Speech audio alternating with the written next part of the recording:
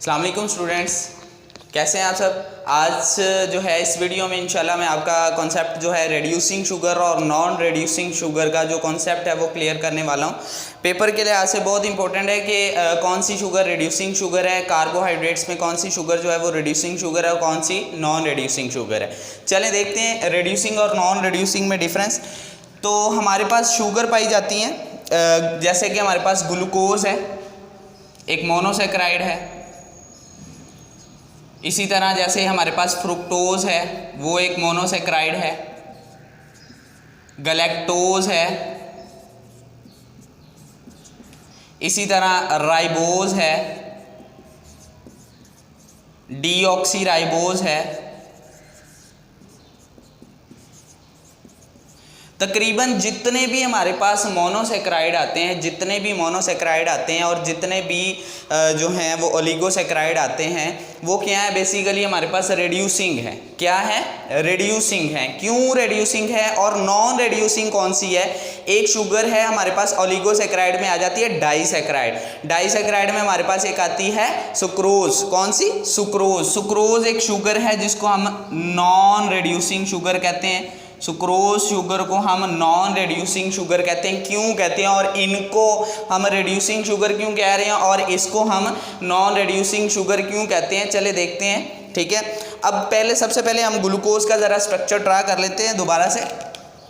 Glucose का structure हमारे पास कैसे है, रिंग स्ट्रक्चर आपने बना लेना है।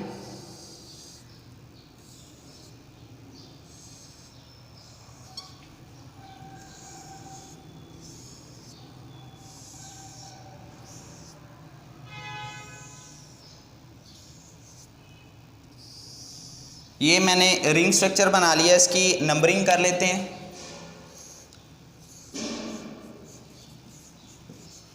इसकी नंबरिंग कर लेते हैं। सबसे पहले number 1 carbon, second, third, fourth, fifth और ये 6 कार्बन। ये 6 कार्बन मैंने ड्रा कर लिए, रिंग स्ट्रक्चर बना लिया है। यहाँ पे मैं इसका बकाया जितने भी एटम्स हैं वो बुलंदी पूरी कर देता हूँ।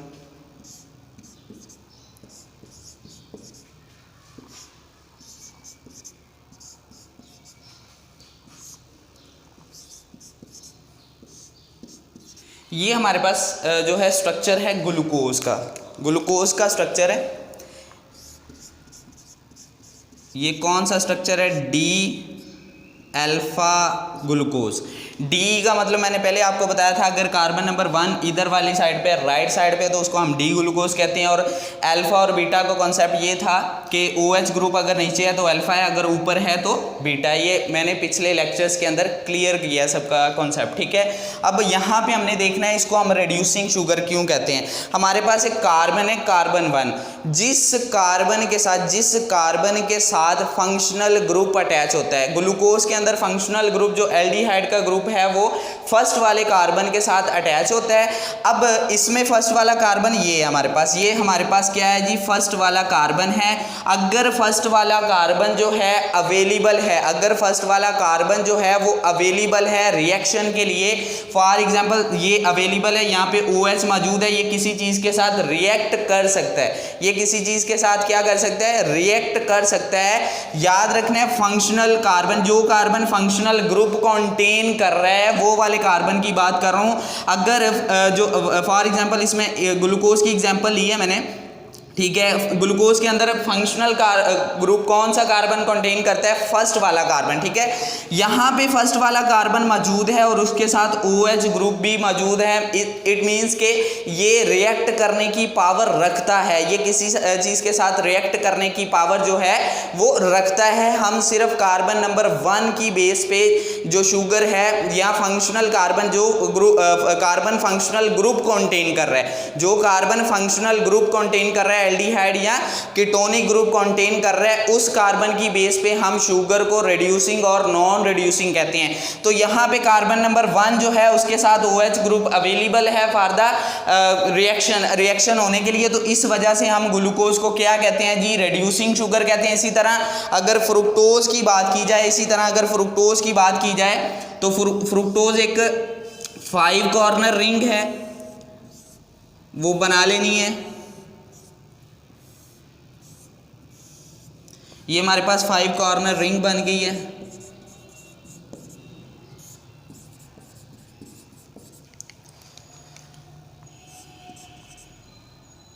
नंबरिंग कर लेते हैं सबसे पहले, first, second, third, fourth, fifth और ये सिक्स्थ। ठीक है, अब यहाँ पे हमने क्या लगाना है, OH, यहाँ पे OH अंदर वाली साइड पे और हाइड्रोजन बाहर वाली साइड पे, हाइड्रोजन OH।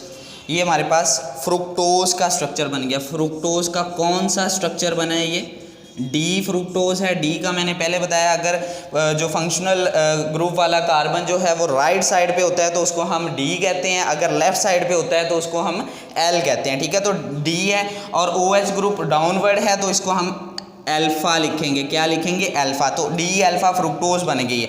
अब इसका कॉन्सेप्ट हमने ये देखना है कि फ्रुक्टोज जो है इसके अंदर फंक्शनल ग्रुप कंटेन करने वाला कार्बन, ये कार्बन फंक्शनल ग्रुप को कंटेन करता है किसके अंदर, फ्रुक्टोज के अंदर। फ्रुक्टोज के अंदर कीटोनिक ग्रुप मौजूद होता है तो उसके अंदर फंक्शनल ग्रुप जो है, कीटो का फंक्शनल ग्रुप जो है वो कहाँ पे अटैच होता है, कार्बन नंबर 2 पे। तो कार्बन नंबर 2 पे OH ग्रुप अवेलेबल है, OH ग्रुप अवेलेबल है फॉर द रिएक्शन करने के लिए। तो इस वजह से हम इसको क्या लिखते हैं कि फ्रुक्टोज एक रिड्यूसिंग शुगर है। क्या है, फ्रुक्टोज एक रिड्यूसिंग शुगर है। अब आते हैं नॉन रिड्यूसिंग की तरह, इसी तरह ये भी आ जाते हैं। ठीक है, इसको भी आपने इसी तरह क्लियर कर लेना है क्योंकि इसके अंदर भी कार्बन नंबर 1 जो है अवेलेबल होता है। राइबोस के अंदर कार्बन नंबर 1 अवेलेबल होता है, डीऑक्सी राइबोस के अंदर कार्बन नंबर 1 अवेलेबल होता है। तो ये सारी क्या है, रिड्यूसिंग शुगर हैं। तमाम जितने भी मोनोसेक्राइड हैं या जितने भी ओलिगोसेक्राइड, पॉलीसेक्राइड, सारे के सारे क्या होते हैं, रिड्यूसिंग होते हैं। लेकिन सिर्फ एक शुगर हमारे पास सुक्रोज एक ऐसी शुगर है जो नॉन रिड्यूसिंग है। नॉन रिड्यूसिंग क्यों है वो मैं बताने लगा हूँ आपको। सुक्रोज बेसिकली दो जो हैं वो कंपोनेंट से मिलकर बनती है, ग्लूकोज और फ्रुक्टोज। दो कंपोनेंट है इसके, दोनों का स्ट्रक्चर ड्रा कर लेते हैं।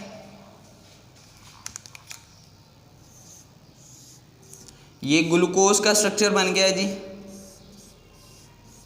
रिंग फॉर्म में। यहाँ पे हाइड्रोजन, यहाँ पे OH, यहाँ पे CH2OH, यहाँ पे हाइड्रोजन, यहाँ पे हाइड्रोजन, यहाँ पे OH, यहाँ पे OH, यहाँ पे हाइड्रोजन, यहाँ पे हाइड्रोजन, यहाँ पे हाइड्रोक्सिल ग्रुप। ये ग्लूकोज का स्ट्रक्चर बन गया हमारे पास। ठीक है, फ्रुक्टोज का भी साथ बना लेते हैं।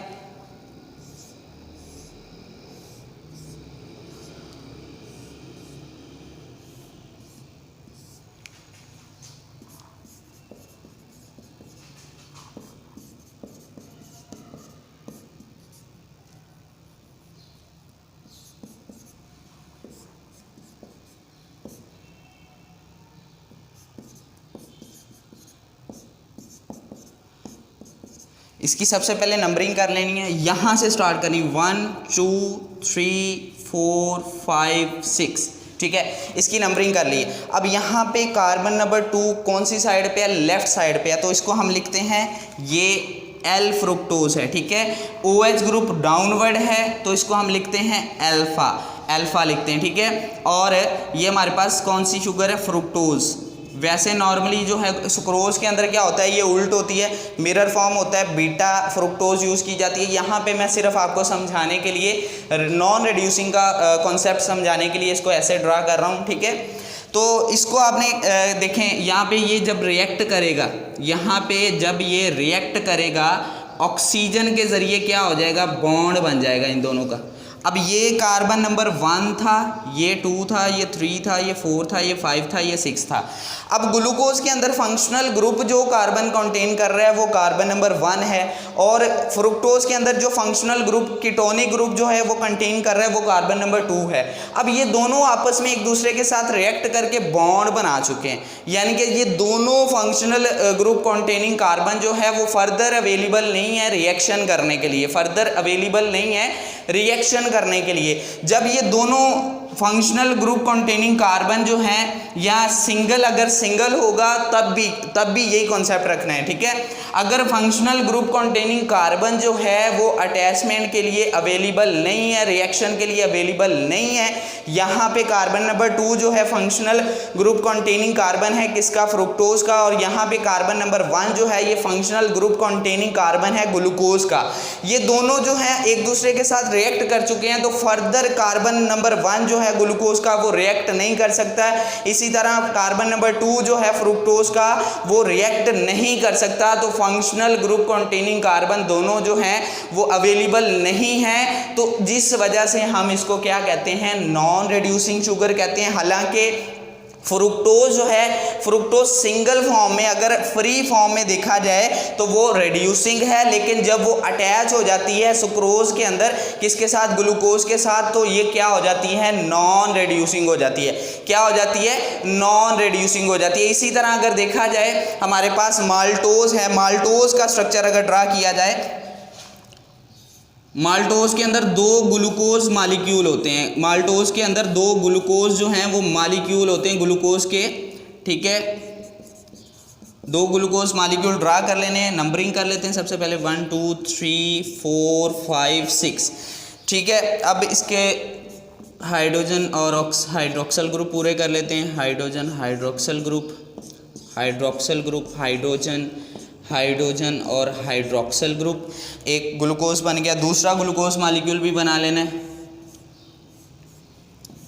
ये आपको पेपर के लिहाज से बहुत ही इंपॉर्टेंट क्वेश्चन है कि कौन सी शुगर, आपको एक स्ट्रक्चर बना के दे दिया जाता है कि इनमें से ये शुगर जो है, ये स्ट्रक्चर जो है शुगर का, ये रिड्यूसिंग है या नॉन रिड्यूसिंग है।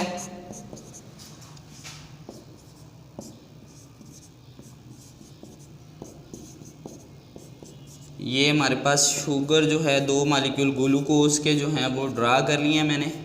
नंबरिंग कर लेते हैं, नंबर 1 2 3 4 5 और 6, ये दोनों की नंबरिंग होगी। अब इन दोनों का रिएक्शन करवाना है। अब आपको पता है माल्टोज के अंदर जो ग्लाइकोसिडिक लिंकेज होता है वो फर्स्ट और 4 का होता है। पहले कार्बन का, एक ग्लूकोज का फर्स्ट कार्बन और दूसरे ग्लूकोज का 4th कार्बन जो है, ये दोनों आपस में रिएक्ट करते हैं। जबकि सुक्रोज के अंदर जो है 1-2 लिंकेज होता है, ग्लाइकोसिडिक लिंकेज होता है, यानी कि 1-2 ग्लाइकोसिडिक लिंकेज मौजूद होता है किसमें, सुक्रोज के अंदर, ठीक है, यानी कि कार्बन नंबर 1 और 2 के दरमियान में, ठीक है। यहाँ पे इसका आप रिएक्शन करवाते हैं, वाटर को रिमूव करके ऑक्सीजन के ज़रिए इन दोनों का बॉन्ड बन गया। अब देखें इसमें क्या है कि एक ग्लूकोज मालिक्यूल जो है, फर्स्ट वाला ग्लूकोज जो मालिक्यूल है उसका कार्बन नंबर 1 जो है वो बॉन्ड बना रहा है किसके साथ, 4 के साथ। अब दो ग्लूकोज मालिक्यूल के अंदर फंक्शनल ग्रुप कंटेनिंग कार्बन होता है 1 वाला, फर्स्ट वाला कार्बन, ठीक है, कार्बन नंबर 1, ठीक है। अब कार्बन नंबर 1 इस मालिक्यूल का तो यूज हो गया, ठीक है, कार्बन नंबर 1 जो है इसका फंक्शनल ग्रुप कंटेनिंग कार्बन जो है वो यूज हो गया है, लेकिन इस वाले ग्लूकोज का कार्बन नंबर 1 जो है, इस वाले ग्लूकोज का कार्बन नंबर 1 जो है वो क्या है, अवेलेबल है for the further attachment, for the further attachment जो है वो अवेलेबल है। तो इसलिए हम इसको क्या लिखते हैं, इसको रिड्यूसिंग शुगर लिखते हैं, क्योंकि इसके अंदर फंक्शनल ग्रुप जो है वो मौजूद है। For the further attachment functional group के साथ हाइड्रोक्सल ग्रुप अटैच है, अभी अवेलेबल है फॉर द फर्दर अटैचमेंट, लेकिन यहाँ पे फंक्शनल जो कार्बन है, जो फंक्शनल ग्रुप कंटेनिंग कार्बन है वो दोनों यूज़ हो चुके हैं। तो फंक्शनल ग्रुप कंटेनिंग कार्बन की बेस पे उसकी अवेलेबिलिटी आपने चेक करनी है। अगर वो अवेलेबल है फॉर द फर्दर रिएक्शन तो उसको हम क्या कहेंगे, रिड्यूसिंग कहेंगे। अगर दोनों, अगर सिंगल है या दोनों है, दोनों में अटैचमेंट के लिए अवेलेबल नहीं है फंक्शनल कार्बन, दोनों का functional group containing carbon available नहीं है, तो उसको हम क्या कहेंगे, उसको हम नॉन रिड्यूसिंग शुगर कहेंगे। क्या कहेंगे उसको, नॉन रिड्यूसिंग शुगर कहेंगे। तो ये आपने याद रखना है, सुक्रोज एक नॉन रिड्यूसिंग शुगर है, ठीक है। अब रिड्यूसिंग और नॉन रिड्यूसिंग शुगर का कॉन्सेप्ट हमने किस तरह देखना है, कैसे पता चलता है रिड्यूसिंग और नॉन, अगर टेस्ट के जरिए पता है, ये तो स्ट्रक्चर के जरिए पता करके। अब एक टेस्ट होता है उसको हम क्या कहते हैं, बेनेडिक्ट टेस्ट। क्या कहते हैं उसको, बेनेडिक्ट टेस्ट, ठीक है, या उसको हम फेलिंग टेस्ट भी कहते हैं, ठीक है। उसको हम क्या कहते हैं, फेलिंग टेस्ट भी कहते हैं। अगर एक शुगर जो है उसकी हमने चेक करना है कि वो रिड्यूसिंग है या नॉन रिड्यूसिंग है, तो इस टेस्ट के जरिए हम उसको चेक करते हैं। अगर इस टेस्ट में पॉजिटिव रिजल्ट आता है, अगर इसका रिजल्ट पॉजिटिव होता है, ये टेस्ट पॉजिटिव होता है, तो वो शुगर क्या होती है, रिड्यूसिंग शुगर होती है। क्या होती है, रिड्यूसिंग शुगर होती है। अगर इस टेस्ट का रिजल्ट जो है वो नेगेटिव आता है, अगर इस शुगर का रिजल्ट जो है वो, इस टेस्ट का रिजल्ट जो है वो नेगेटिव आता है, तो उस शुगर को हम क्या कहते हैं, उस शुगर को बेटा हम क्या कहते हैं, नॉन रिड्यूसिंग शुगर। ये कॉन्सेप्ट आपने याद रखना है। किसी भी शुगर को हम रिड्यूसिंग या नॉन रिड्यूसिंग शुगर को चेक करने के लिए कौन सा टेस्ट करते हैं, बेनेडिक्ट टेस्ट या फेलिंग टेस्ट करते हैं।